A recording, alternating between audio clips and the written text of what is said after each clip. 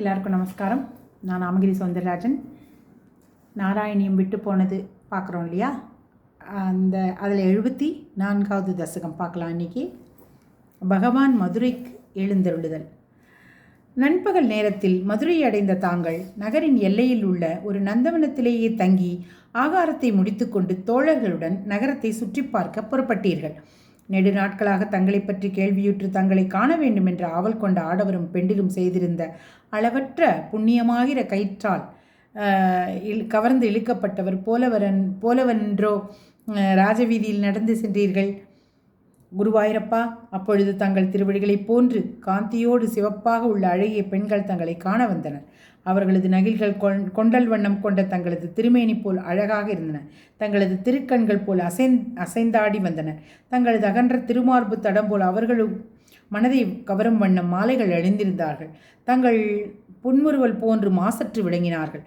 தங்கள் திருமுடி அழகு போன்று கூந்தெல்லே அணிகலன்கள் கொண்டு விளங்கினார்கள். அவ்வாறு தங்களை காண வந்த பெண்களை கடைக்கண் நோக்கால் மகிழ்ச்சியடைச் செய்தீர்கள். நகர மக்களும் தங்களை கண்டு பெருமகிழ்ச்சியும் வியப்பும் கொண்டு ஒருங்கு கூடினர். அப்பொழுது வண்ணான் அங்கு வரவே அவனிடம் தாங்கள் அணிந்து கொள்ள ஆடைகளை கேட்டீர்கள். அதை செவியுற்ற அவன், அரசனது ஆடைகளை உனக்கு யார் தருவார்? போ, ஓடிப்போ என்று செருக்கோடு கூறியவுடன் அவனது தலையை கையால் கொய்தீர்கள். தங்களது திருக்கரத்தால் மரணமடைந்தால் அவனும் புண்ணிய கதியை அடைந்தான். திருமகள் கேள்வினே, குருவாயூரப்பா, அதன் பிறகு பெருமணம் படைத்த ஒரு தையற்காரன் தங்கள் வேடத்திற்கு பொருத்தமாக வஸ்திரத்தை மகிழ்வோடு அளித்தான். அவனை தாங்கள் ஸ்ரீ வைகுண்டத்திற்கு அழைத்து கொண்டீர்கள். ஜீவாத்மாக்கள் செய்துள்ள புண்ணியத்தை யாரே அறியவல்லார்? அடுத்து மலர் விற்பவன் ஒருவன் தங்களுக்கு மாலைகளையும் பூச்செண்டுகளையும் அளித்து துதித்து பாடவே அவனை வேண்டியபடி உயர்ந்த பக்தியையும் ஏராளமான செல்வத்தையும் அவனுக்கு அளித்தீர்கள். அதன் பிறகு வழியில் தாமரை போன்ற கண் படைத்த ஒரு கூனியை காணவே அவள் தங்களுக்கு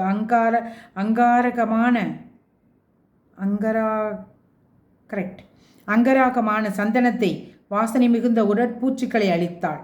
தாங்களும் அவளுடைய உள்ளத்தில் அங்கராகத்தை தங்கள் அழகிய திருமேனியின் பற்றை மேலும் பெருக செய்தீர்கள். அவளுடைய உள்ளத்தின் நேர்மையை உடலிலும் விளங்கும்படி செய்ய மெதுவாக அவளை பற்றி அவளது கூனை நிமிர்த்தினீர்கள். உடனே அவளும் உலக அழகியாக ஆகிவிட்டாள். பிரபுவே, அந்த காலத்தில் தங்களது பெருமையை கண்கூடாக கண்டதால் பாவம் நீங்கிய மதுரா நகர வாசிகள் அவரவர் தகுதிக்கேற்றவாறு தாம்பூலமோ மாலையோ ஏதோ ஒரு சிறு காணிக்கையை தங்களுக்கு அர்ப்பணித்தார்கள். அதனால் தங்களது அருளை பெற்றார்கள்.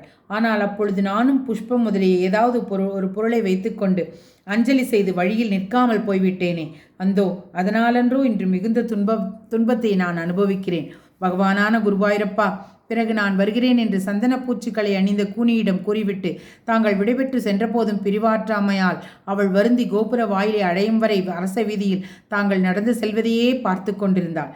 நகர மக்களின் ஆரவாரத்தினால் தங்களுடைய வரவை ஊகித்தறிந்து பெருமகிழ்ச்சி கொண்ட தேவகியின் நகில்களிலிருந்து பால் பெருகியது. அது உள்ளே அடங்கியிருந்தது.